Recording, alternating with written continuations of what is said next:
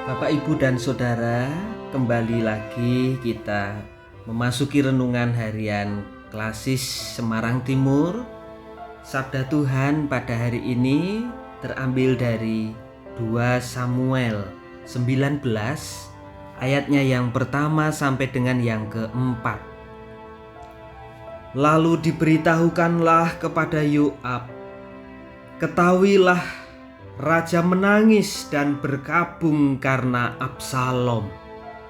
Pada hari itulah kemenangan menjadi perkabungan bagi seluruh tentara, sebab pada hari itu tentara itu mendengar orang berkata, Raja bersusah hati karena anaknya.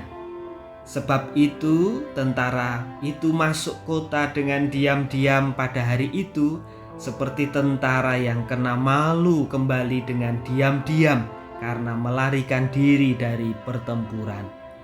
Raja menyelubungi mukanya dan dengan suara nyaring merataplah raja, Anakku Absalom, Absalom, anakku, anakku. Bapak, Ibu, dan Saudara yang dikasihi oleh Tuhan, tema renungan kita pada saat ini, mengasihi meskipun disakiti. Bapak, Ibu, dan Saudara, membalas kasih seseorang yang telah mengasihi itu sesuatu yang mudah dan lumrah. Namun, mengasihi seseorang yang telah menyakiti tentu tidaklah mudah alias susah. Dia sudah menyakiti, mosok saya harus mengasihi? Biasanya hukum pembalasan menjadi ukuran. Kalau dia mengasihi, saya mengasihi. Kalau dia menyakiti, pasti saya lebih bisa menyakiti. Itulah yang biasanya dilakukan. Bapak, Ibu, dan Saudara, diawali dari cinta terlarang anak-anak Daud beda ibu, yaitu Amnon dan Tamar. Balas dendam pun dimulai. Tamar yang dicampakkan begitu saja oleh Amnon sesudah habis manis sepah dibuang, berkomplot dengan Absalom, saudara serahimnya, untuk membalas perlakuan Amnon. Ia bersiasat dengan mengundang semua anak raja untuk hadir di pesta. Amnon yang hadir kemudian disuguh anggur hingga mabuk, lalu dibunuh oleh orang-orang suruhan Absalom. Kabar buruk kali ini membuat ayahnya merasa sedih, bahkan sampai mengoyakkan pakaian dan berbaring di lantai. Absalom yang ketakutan kabur ke negeri asal ibunya, yaitu ke daerah sang kakek di Gesur. Bapak, Ibu, dan Saudara, waktu kembali berlalu. Amarah Daud mereda dan Absalom diminta pulang. Ayahnya memperkenankan kembali ke ibu kota, tapi tidak tinggal di istana. Dendam yang tidak pernah menemukan kedamaian kini berubah haluan dari Amnon menuju ke ayahnya.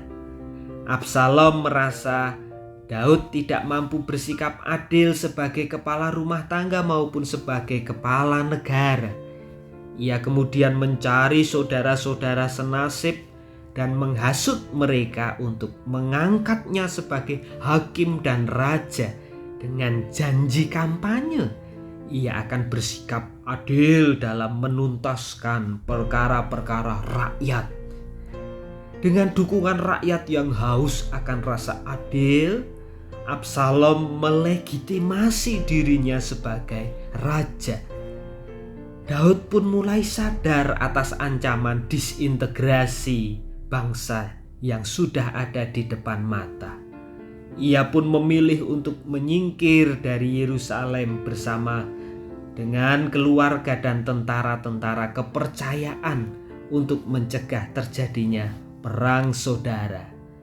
Tahta kerajaan kini diambil alih oleh Absalom, sedangkan Daud harus mengasingkan diri dan meratap dalam pelarian.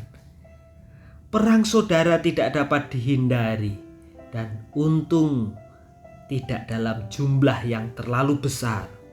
Pasukan pendukung Absalom dipukul kalah oleh panglima-panglima Daud.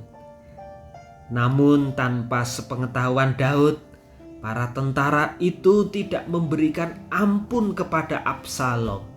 Ia mati ditikam dadanya dengan 3 lembing di tengah-tengah dahan tarbantim. Bapak, Ibu, dan saudara yang terkasih, yang menarik dalam bacaan sabda Tuhan hari ini, meskipun Daud dikudeta oleh anaknya, ia tetap mengasihinya.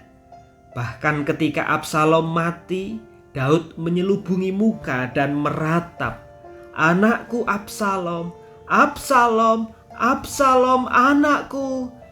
Daud tetap mengasihi anaknya. Saudara, mampukah kita tetap mengasihi ketika disakiti? Mampukah kita tetap menyatakan cinta ketika kita dibenci? Tuhan Yesus yang sudah mengasihi kita sebagai orang berdosa, kita diajak untuk meneladan Dia, agar kita pun mampu untuk tetap mengasihi meskipun kita disakiti, tetap menyatakan cinta meskipun berbagai macam aral merintang. Tuhan memampukan. Amin.